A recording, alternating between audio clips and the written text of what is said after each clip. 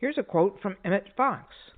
To trust in God with one part of your mind and harbor fear in the other part is to be a house divided against itself. You've reached Talking with Dr. Terry, 180 Seconds to a Better You, message number 313, and I'm Dr. Terry Wurzbacher. Emmet Fox wrote this in one of his books called Stake Your Claim. He's a great author, short, sweet, to the point. Here's the quote again. To trust in God with one part of your mind and harbor fear in the other part is to be a house divided against itself. This is probably one of the most important statements that will help you understand what's going on in your life, or better yet, what's not going on in your life. Have you ever wondered why some people who have talent just seem to go nowhere?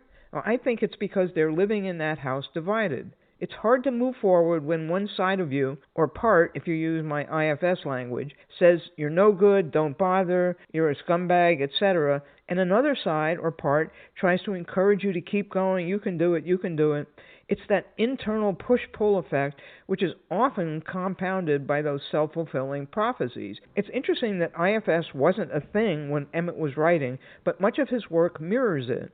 What this quote is describing is at least two parts in people, one, and usually it's more than one, that is fearful, and another group of parts that believes in themselves and inner wisdom and the power of the universe.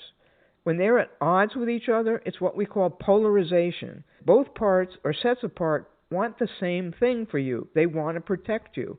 It's just that depending on when they appeared in your life and what was going on in your life at that time, they developed different protective mechanisms.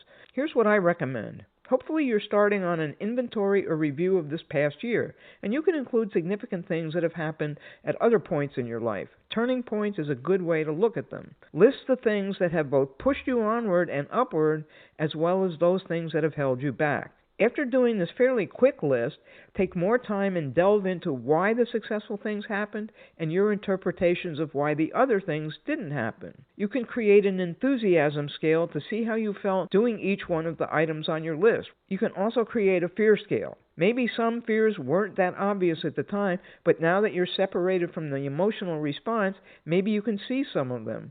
In my experience, this is the major reason people don't get what they want, or worse yet, they've stopped too early. Remember how I harp on outlining. Use this review to see if that's what might have been something that was preventing your success.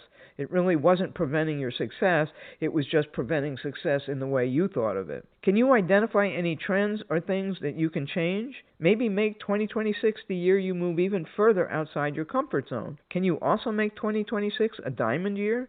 Have a diamond day while you're getting there.